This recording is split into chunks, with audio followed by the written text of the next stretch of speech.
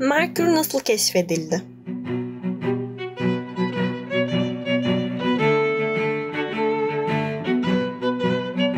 Merkür-Civa ilişkisi ve Merkür adının kökeni. Pek çok sözcükte olduğu gibi astronomik terimlerin kökeni de mitolojiye dayanıyor. Merkür adını Yunanlıların Hermes, Romalıların Mercurius dediği tanrıdan almış. Zeus'un oğlu olan bu tanrı mesajcı olarak biliniyor. Bu nedenle çeviklik, hız gibi yetenekleriyle ünlü. En hızlı gezegen olan Merkür'ün ismi işte hızıyla meşhur olan bu tanrıdan geliyor. Simyacılar 7 gök cismiyle o zamana kadar bildikleri 7 metali eşleştirmişler. Merkür'le eşleşen metal de Civa olmuş. O yüzden Civa aynı zamanda Merkür diye anılmaya başlanmış. Çok ağır ama aynı zamanda çok akıcı olan Civa'nın Merkür'le eşleşmesi ve hızıyla ünlü Mercurius'la özdeşleşmeleri çok büyüleyici ve ilgi uyandırıcı. Merkür o kadar küçük ve uzaktır ve Güneş'e o kadar yakın döner ki dünyadan görmek zordur. Sonuç olarak yakın zamana kadar gezegen hakkında çok az şey biliniyordu. Merkür ilk olarak 17. yüzyılın başlarında İtalyan bilim adamı Galileo Galilei tarafından bir teleskopla gözlemlenmesine rağmen yüzey detaylarını çözmek için yeterli güce sahip teleskoplar 20. yüzyılın sonlarına kadar geliştirilmedi. Güneş'in en yakın komşusunu anlamadaki büyük atılım, uzay aracının gezegenden yakın çekimleri geri ışınlamaya başlamasıyla gerçekleşti. İlki 1974 ve 1975'te uçuş yapan Mariner 10'du. Bunu 30 yılı aşkın bir aradan sonra bugün yörüngede kalan Messenger uzay aracı izledi.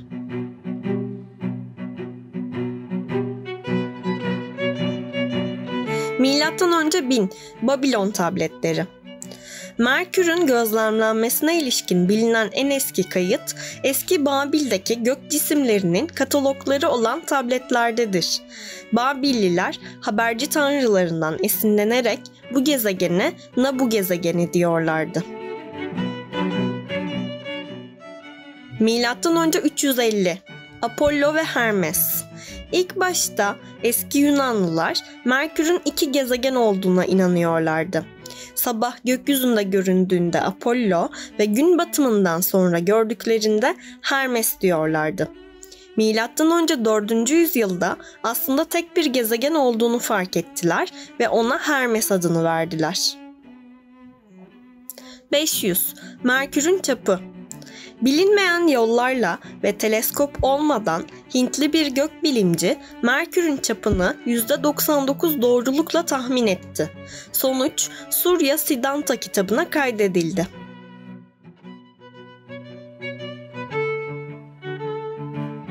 ...1639 Aşamalar. İtalyan gökbilimci Giovanni Zuppi güçlü bir teleskopla Merkür'ün dünyanın ayına benzer aşamalara sahip olduğunu gözlemledi.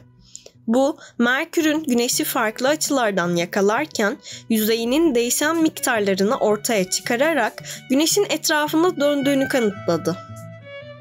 737 Venüs'ün örtülmesi.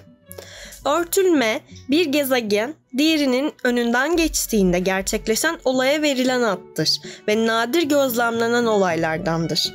İngiliz gökbilimci John Bevis, 28 Mayıs'ta Venüs'ün Merkür'ü örttüğünü gördü. Bu, tarihte bu duruma tanık olunan tek zamandır. 1808 Merkür'deki bulutlar. Alman gökbilimci Johann Schröder yanlış bir şekilde Merkür'de bulutlar ve dağlar gibi özellikler gördüğünü iddia etti. Gökbilimci Friedrich Bessel, Schröder'in çizimlerini kullanarak yanlış bir biçimde Merkür'ün Dünya ile aynı hızla döndüğünü ve güçlü bir şekilde eğildiğini tahmin etti.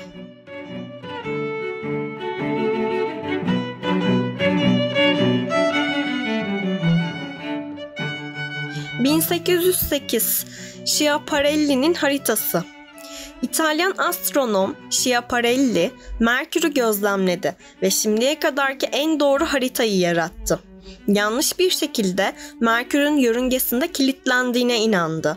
Aynı taraf her zaman Güneş'e bakıyordu ve gezegenin Güneş'in etrafında dönmesi ve bir dönüş yapması 88 gün sürüyordu. 1962 radarla Merkür.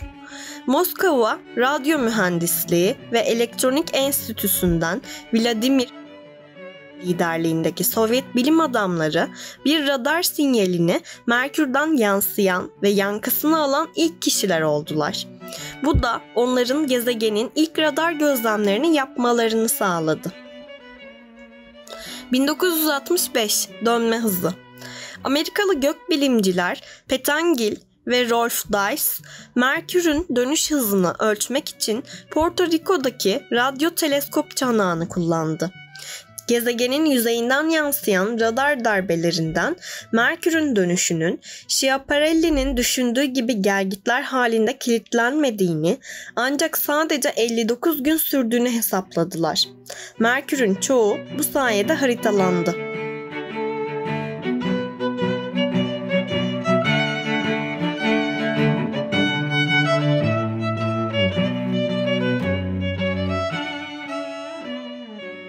Mariner 10. NASA'nın Mariner 10'u, Merkür'ü ziyaret eden ve onu yakından fotoğraflayan ilk uzay aracıdır. Mariner 10, 29 Mart 1975'ten başlayarak 3 aylık geçişte gezegen yüzeyinin neredeyse yarısını görüntüleyerek Ay'ınkine benzer bir manzara ortaya koydu. 2002 Skinnaka Havzası. Girit'teki Astrofizik Gözlemevinde çalışan gökbilimciler, Mariner 10 tarafından gözden kaçırılan dev bir krater bulduklarına inandı. Daha sonra Messenger uzay aracı, Skinnaka Havzası olarak adlandırılan kraterin aslında bir illüzyon olduğunu gösterdi. 2008 Messenger yakın uçuşu. 3 Ağustos 2004'te başlatılan NASA'nın Messenger yakın uçuşu, Ocak 2008'de 3 Merkür yakın dönüşünden ilkini gerçekleştirdi. Uçuş sırasında Messenger gezegen yüzeyinin çoğunu renkli olarak haritalandırdı ve atmosferi ve manyetosferi inceledi. Şimdi Merkür'ün yapısını ayrıntılı olarak inceleyelim.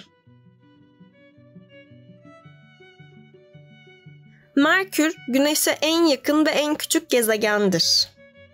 Bugüne dek Merkür'e gönderilen tek uzay aracı 1973 yılında fırlatılan Mariner 10 uzay sondasıdır.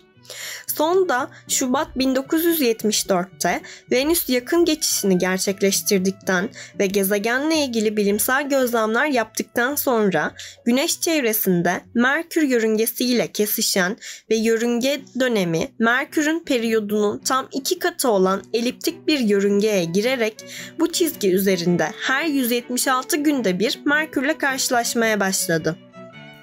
3'e yakın karşılaşmada gezegen hakkında çok değerli bilgiler elde edildi.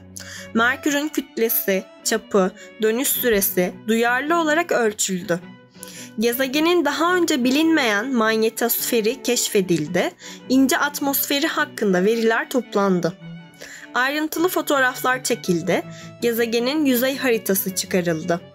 Ancak sondanın her geçişinde Merkür aynı konumda bulunduğundan yüzeyin ancak yarıya yakın bölümü haritalanabildi.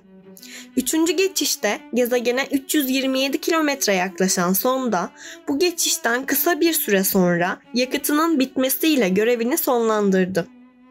1975 yılından bu yana bağlantı kurulamayan Mariner 10, sabit yörüngesinde her 2 Merkür yılında bir gezegenle aynı noktada buluşmaya devam etmektedir. Daha sonra gönderilen Messenger uzay aracı gözlemlerini yaptıktan sonra 30 Nisan 2015 tarihinde Merkür'e düştü. 20 Ekim 2018'de gönderilen Bepicolombo'nun 2025 yılında Merkür'e ulaşması bekleniyor.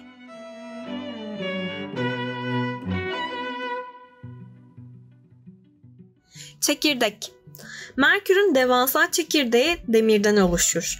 Bilim adamları Merkür'ün dönerken biraz sallanma şeklinden dolayı çekirdeğin dış kısmının sıvı olabileceğini düşünüyor. Merkür, diğer tüm gezegenlerden daha hızlı olarak 173.000 km/saat hızlı tempoyla Güneş etrafındaki yolculuğunu sadece 88 dünya gününde tamamlar. Güneşin ısısıyla kavrulan Merkür'ün tozlu, ay benzeri yüzeyi gündüz fırından daha sıcaktır, ancak geceleri donmaktadır. Yüzeyin derinliklerinde dev bir demir çekirdeği neredeyse gezegenin içine doldurur. Büyük boyutlu çekirdek, Merkür'ün bir zamanlar kayalık dış katmanlarının çoğunun uzaya fırlatıldığını gösteriyor. Manto. Sadece 600 kilometre derinlikte Merkür'ün mantosu oldukça incedir. Dünyanın mantosu gibi silikat kayadan oluşur. Mantonun tabanında katı bir demir sülfür tabakası bulunur. Dünya üzerinde bu mineral aptal altını olarak bilinen parlak kayaları oluşturur. Kabuk. Tabakalara ayrılan dünyanın kabuğunun aksine Merkür'ün tek bir sağlam kaya kabuğu vardır. Merkür kayalıkları. Merkür'ün en ayırt edici özellikleri arasında bu sanatçının izlenimiyle gösterilen, Rup adı verilen uzun, dolambaçlı uçurumlar vardır. Muhtemelen en az 3 milyar yıl önce genç gezegen soğurken ve küçülürken oluşmuş ve bu da yüzeyini kırıştırmıştır.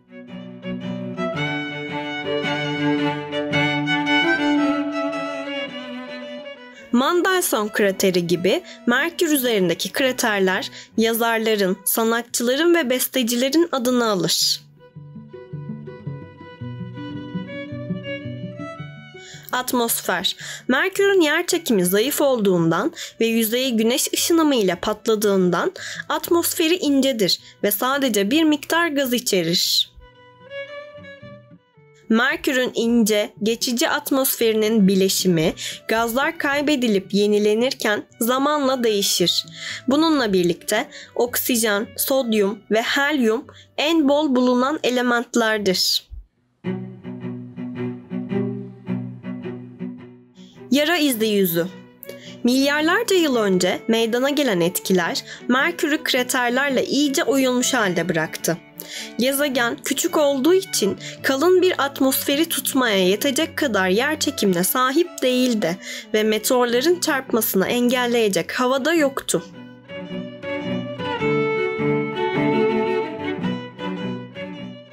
Eminescu krateri 125 kilometre genişliğindedir. Büyük kraterler çarpma nedeniyle patlayan soluk malzeme çizgileriyle çevrilidir. Güneşin etrafında. Merkür'ün Güneş'in etrafında dönmesi 88 dünya günü sürer. Gezegenin bir teleskop görüldüğünde şekli değişiyor gibi görünür. Çünkü gezegenin güneş ışığı ile aydınlatılan farklı kısımlarını görürüz.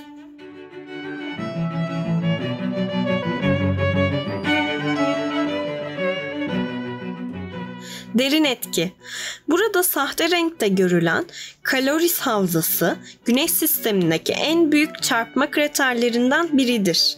Krater 1550 kilometre genişliğindedir, ancak onu üreten çarpışma o kadar şiddetliydi ki enkaz krater kenarının 1000 kilometre daha ötesine fırlatıldı. Kırık gezegen. Caloris Havzası'ndan Merkür'ün karşı tarafında dağınık tepelerden oluşan garip bir alan var. Bilim adamları dev çarpışmadan kaynaklanan şok dalgalarının Merkür'ün içinden geçtiğini ve burada birleşerek zemini çatlattığını düşünüyor.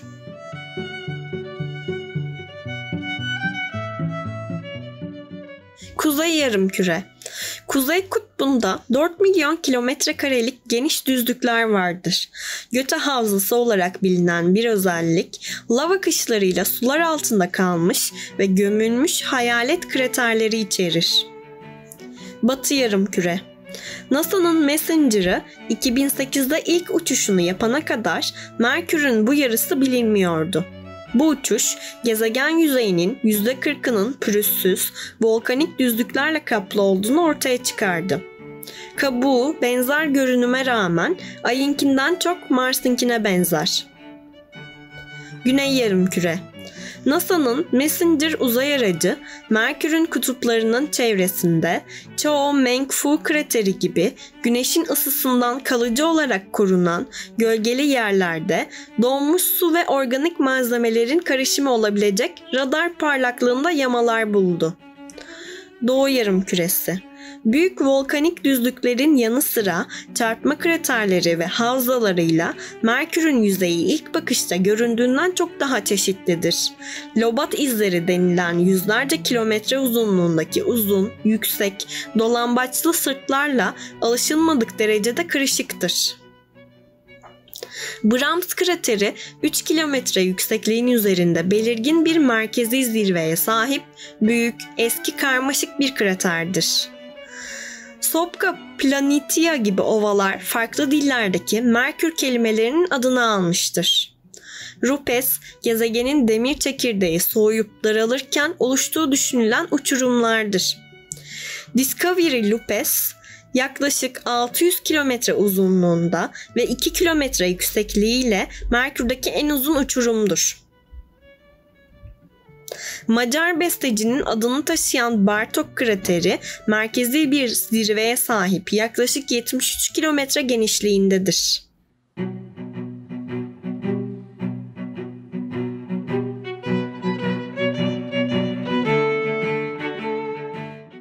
Merkür küçük, yoğun, derin kraterli bir gezegendir. Güneşe o kadar yakın ki sürekli olarak güneş emisyonları tarafından kavrulur. Uzun gündüz süresi boyunca sıcaklıklar kurşunu eritecek kadar sıcak olan 430 santigrat dereceye ulaşır. İnce bir atmosfer olduğu için gece sıcaklıkları eksi 180 santigrat dereceye düşer. Başka hiçbir gezegen bu kadar aşırılık yaşamaz. Tüm gezegenlerin en hızlı dönenidir ve Güneş turunu sadece 88 günde tamamlar. Güneşli taraf yörüngeden uzaklaşmaya başladığında tüm gezegen karşı taraftan Güneş'e bakacak şekildedir. Güneş doğduğunda yeniden batması uzun zaman alır. Bir gün doğumundan diğerine 176 gün sürer ve bu süre zarfında gezegen Güneş'in etrafında 2'den fazla kez döner.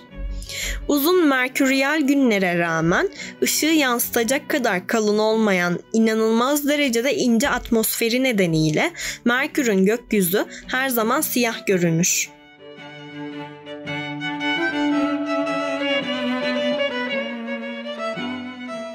Merkür haritası. 2011 yılından beri Merkür'ün yörüngesinde dönen NASA'nın Messenger uzay aracı gezegenin küresel bir haritasını oluşturdu. Sondanın görüntüleme sistemleri kalıcı gölgede kalan bölgelerin ayrıntılarını aramaya devam ediyor. Koruma için neredeyse hiç atmosferi olmadığından Merkür küçük göktaşlarının bile çarpmasına maruz kalır. Her boyuttaki çarpma kraterleri gezegenin yüzeyini kazır.